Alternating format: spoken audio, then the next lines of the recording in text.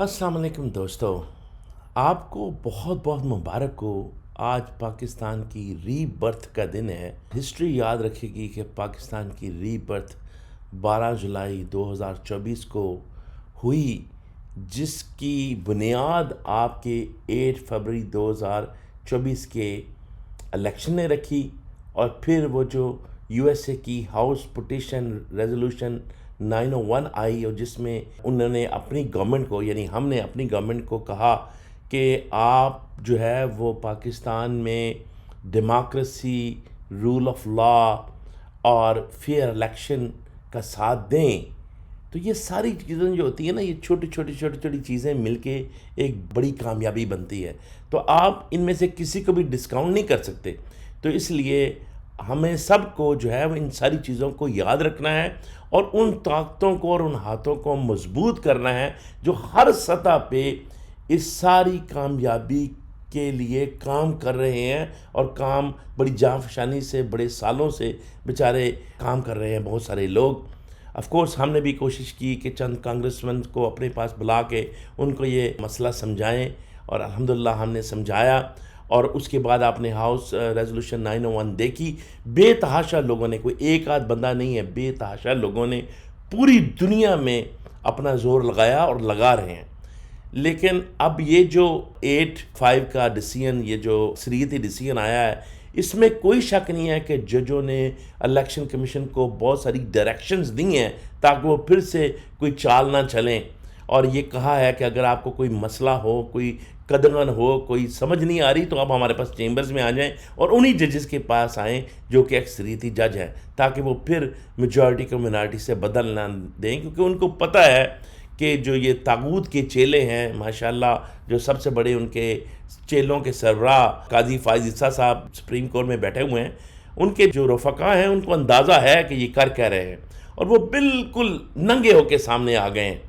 तो इसलिए उन्होंने ये सारी चीज़ें लिख दी हैं।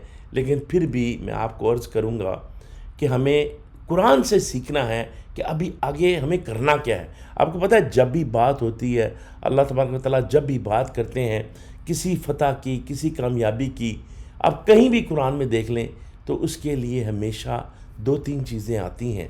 एक जैसे सूरह नसर में है कि इज़ा जा नसरुल्लाहि वल फ़त्ह वरअयतन नास यदखुलून फ़ी दीनिल्लाहि अफ़वाजा। जब आप झुंड के झुंड लोगों के शामिल होता देख लें, अल्लाह की नुसरत देख लें, और झुंड के झुंड लोगों के देख लें कि वो आपके साथ मिल रहे हैं, तो फिर आप क्या करो? फसब्बिह बिहम्दि रब्बिक, आपने रब की तस्बीह बयान करो। तो कुछ सोचे कि इसमें तो ये तो बड़ी खुशी की बात है, कोई भंगड़ा डालना चाहिए, लेकिन अल्लाह फरमा रहे हैं कि फसब्बिह बिहम्दि रब्बिक वस्तगफिर, ये 2 काम करो। एक तो ये है कि अल्लाह की तस्बीह बयान करो, और दूसरा यह है इस्तगफार करो, और अल्लाह ताला माफ़ फरमाने वाला है। और फिर वो याद है जब इन्ना आतौइना कल कौसर कहा कि बेशक जब जालिम लोग जो है आपको ताना दिया करते थे कि आपकी कोई नरीना औलाद नहीं है और कोई आपको जानने वाला नहीं होगा बाद में, तो अल्लाह ने फरमाया इन्ना आतौइना कल कौसर फसल्लि लिरब्बिक वानहर इन्न शानिअक हुवल अबतर। तो बात यह है कि अल्लाह ताला फरमाते हैं हमने तो आपको हौज़े कौसर दिया, हमने आपको बहुत कुछ दिया हुआ है, आप घबराएं नहीं। और इनका नाम ही अबतर होगा, इन्हीं कोई जानने वाला होगा, लेकिन आप क्या करें? फसल्लि लिरब्बिक वनहर, और आप अपने रब की नमाज पढ़ें और कुर्बानी दें। तो ये क्यों कहा इस्तग़फ़ार करें, तस्बीह करें?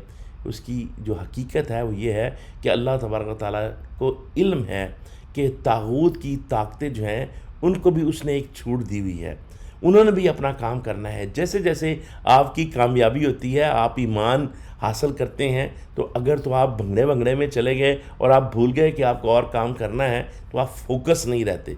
तो अल्लाह जो फरमा रहे हैं फसब्बिह बिहम्दि रब्बिक, यानी अपने रब की तस्बीह बयान करो। इसका मतलब ये नहीं है लिटरली कि सिर्फ आप अल्लाहू अल्लाहू करते रहो, वो भी करो, अल्लाह की तस्बीह बयान करो। इसके जो 2-3 मतलब मुझे समझ आते हैं। एक तो ये है कि आप जब तस्बीह बयान करते हैं तो आप उसमें गरूर में नहीं आते, बल्कि ह्यूमिलिटी में होते हैं, और आप कहते हैं कि ये सारा मेरे रब की रहमत है, یہ ھذا من فضل ربی ہے، یہ رب کی رحمت ہے، یہ میری وجہ سے نہیں ہوا، میری کاوشوں سے نہیں ہوا، بلکہ اللہ کی رحمت سے ہوا ہے۔ ایک تو یہ بات رہتی ہے، اور دوسری بات جو زیادہ امپورٹنٹ اس میں چھپی ہوئی ہے وہ یہ ہے کہ آپ نے مور فوکسڈ ہونا ہے۔ جب آپ اللہ کی تسبیح بیان کرتے ہیں تو اس کا کیا مطلب ہے کہ آپ جو ہے وہ فوکسڈ ہوتے ہیں، یعنی آپ کو اپنے ٹاسک پہ فوکس رہنا ہے اور نیکسٹ سٹیپ آپ کو دیکھنے ہے کہ کیا ہے۔ اسی طرح معاملہ جو ہے وہ سورہ کوثر میں بھی ہے اور باقی جگہوں پہ ہی ہے۔ تو اس لیے یہ جو ہر جگہ پہ جب فتح آتی ہے اور اللہ تبارک و تعالیٰ بیان کرتے ہیں، حکم فرماتے ہیں کہ آپ نے تسبیح بیان کرنی ہے، استغفار کرنا ہے، تو اس کا مطلب یہ ہے کہ آپ نے فوکس رہنا ہے، اور استغفار کا بھی مقصد یہی ہے کہ آپ نے اپنی غلطیوں کو دیکھنا ہے، آپ نے دوسروں کی غلطیوں کو نہیں دیکھنا۔ آپ نے یہ دیکھنا ہے کہ آپ اس کو مزید کیسے بہتر بنا سکتے تھے، آپ کی باقی غلطیاں کیا ہیں۔ کہ جب آپ استغفار کرتے ہیں تو کیوں کرتے ہیں؟ آپ اپنی غلطیوں پہ دھیان دیتے ہیں نا، تو آپ اپنی غلطیوں پہ دھیان دے کے تو پھر آپ ان کو درست کر کے اگلا سٹیپ آپ اور زیادہ طاقت سے جاتے ہیں۔ آپ کو پتہ ہے غزوہ خندق میں جب رسول اللہ صلی اللہ علیہ وسلم گھر آ گئے تھے اور وہ زرہ اتارنے لگے تھے تو اللہ تبارک نے فرشتوں کو بھیجا، اور فرشتوں نے کہا کہ ہم نے تو ابھی زرہ نہیں اتاری اور آپ اتار رہے ہیں۔ تو جو ابھی ایک فتنہ رہتا ہے بنو قریظہ کا، وہ جو معاملہ تھا، انہوں نے جو فتنہ کیا تھا ان کا رہتا ہے، اس فتنے سے اللہ فرماتے ہیں کہ آپ پہلے نپٹیں۔ تو پھر رسول اکرم صلی اللہ علیہ وسلم نے جو ہے نا صحابہ کو یہ حکم فرمایا کہ جائیں اور عصر کی نماز وہاں جا کے پڑھنی ہے۔ تو اب یہ اس چیز سے آپ اندازہ لگائیں کہ جب آپ کو اللہ فتح دیتا ہے تو اس کا مطلب یہ نہیں ہوتا کہ آپ جو ہے وہ اتنے خوشی میں بدمست ہو جائیں کہ آپ اپنی اصل جو آپ کی جو روح ہے آپ کے ایمان کی، اور وہ ہے اللہ کی یاد، اللہ کا شکر ادا کرنا۔ بے شک آپ خوشی منا سکتے ہیں، مٹھائیاں بانٹ سکتے ہیں، پٹاخے پھوڑ سکتے ہیں جیسے محیط پیرزادہ صاحب چاہ رہے ہیں، لیکن آپ نے اللہ کی جو رحمت ہے اس کو سمجھنا ہے، فوکس رہنا ہے، استغفار کرنا ہے۔ کیا مطلب ہے؟ اپنی غلطیوں پہ آپ نے دیکھنا ہے کہ آپ نے کیا کیا غلطیاں کیں۔ اللہ نے بے شک آپ کی غلطیوں پہ پردہ ڈالا، لیکن آپ کو اپنی غلطیاں ڈھونڈنی ہیں، اور ابھی آپ کی جو چند غلطیاں ہیں وہ ایک تو یہ ہے کہ آپ میں یہ جو پھوٹ ہے، یہ جو گروپ بندی ہے، اس کو ختم کریں۔ اور دوسری سب سے بڑی بات یہ ہے کہ اپنی جو آپ کے اسیران ہیں، جو غریب لوگ ہیں، جو مظلوم لوگ ہیں، جو خواتین ہیں، پرٹیکولرلی جو غریب لوگ پکڑے ہوئے ہیں، ان کے لیے باہر نکلیں، ان کے لیے اور کوششیں کریں۔ اور اسی طرح آپ کو اپنی جتنی بھی اور لیگل اور فزیکل کوششیں ہیں ان کو اور تیز کریں۔ اپنی نوجوان نسل کو جو آپ ان سے انٹریکشن ہے، یہ لیڈرشپ کا انٹریکشن ہے، بے شک خان اگر جیل میں ہے تو آپ تو سارے ہیں نا، تو یہ موٹیویشنل جو ہم تھوڑا بہت کام کر رہے ہیں اس طرح اس کو بھی آگے پہنچائیں، اور آپ خود بھی جائیں لوگوں کے پاس، آپ سٹوڈنٹس کی تنظیم کو موٹیویٹ کریں، آپ وکلا کی تنظیموں کو موٹیویٹ کریں، آپ مزدوروں کی تنظیموں کو موٹیویٹ کریں، آپ کسانوں کو موٹیویٹ کریں، آپ عام پبلک کو موٹیویٹ کریں، اور ان کو کہیں کہ ہمیں ہر صورت میں پرامن طریقے سے باہر نکل کے جتنے بھی مظلوم ہیں ان کو چھڑانا ہے، عمران خان کو بھی چھڑانا ہے، اس کو باہر لے کے آنا ہے، اور یہ جو آپ نے اپنا مینڈیٹ چھینا ہوا ہے فارم 45 کو نہ مان کے اس کو واپس لینا ہے، اور ان ظالموں سے گورنمنٹ لینی ہے، اور پھر آپ نے دوبارہ سے پاکستان کی اور پوری دنیا کی نشستہ ثانیہ اور مظلوموں کا ساتھ دینا ہے، اور مظلوموں کو ان کا حق دلانا ہے۔ آپ کو پتہ ہے اگر خان اکیلا بھی باہر ہوتا تو آپ دیکھتے کہ فلسطین کے مظلوموں پہ ظلم کے خلاف آواز کتنی بڑی بلند ہوتی اور کیسے الائنس بنتے۔ اسی طرح آپ دیکھ رہے ہیں کہ اللہ اپنی تدبیریں چلاتا رہتا ہے۔ میں کوئی بہت زیادہ اس پہ خوش نہیں ہونا چاہتا اور نہ آپ کو مس لیڈ کرنا چاہتا ہوں، لیکن میں یہ سمجھتا ہوں کہ یہ جو بائیڈن صاحب کا دور ختم ہو رہا ہے اور آپ دیکھیں گے کہ ٹرمپ کا دور آ رہا ہے، اس میں اس کی بڑی اچھی ورکنگ ریلیشنز تھی خان سے، اور وہ یہ سمجھتا ہے کہ خان کے ساتھ بھی ویسی زیادتیاں ہوئی ہیں جو اس کے ساتھ بھی ہوئی ہیں۔ آف کورس اس کا معاملہ اس کے ساتھ ہے، لیکن بات یہ ہے کہ اگر ہمیں جو ہے وہ ٹرمپ کو بھی یو ایس اے میں سپورٹ کرنا ہے تو we need to really work with Republican party, اور سارے ایگز جو ہیں وہ ایک باسکٹ میں نہیں ڈالنے چاہیے۔ اگر آپ کے ساتھ کوئی ڈیموکریٹ کینڈیڈیٹس ہیں سینٹ کے لیے، کانگریس کے لیے اچھے آپ کے ایجنڈے پہ ہیں، ان کا ساتھ دیں، لیکن آپ ساتھ ہی ساتھ یہ خام خواہ آپ نے جو ایک ہوا بنایا ہوا ہے ٹرمپ کو، اس کا ہوا نہ سمجھیں۔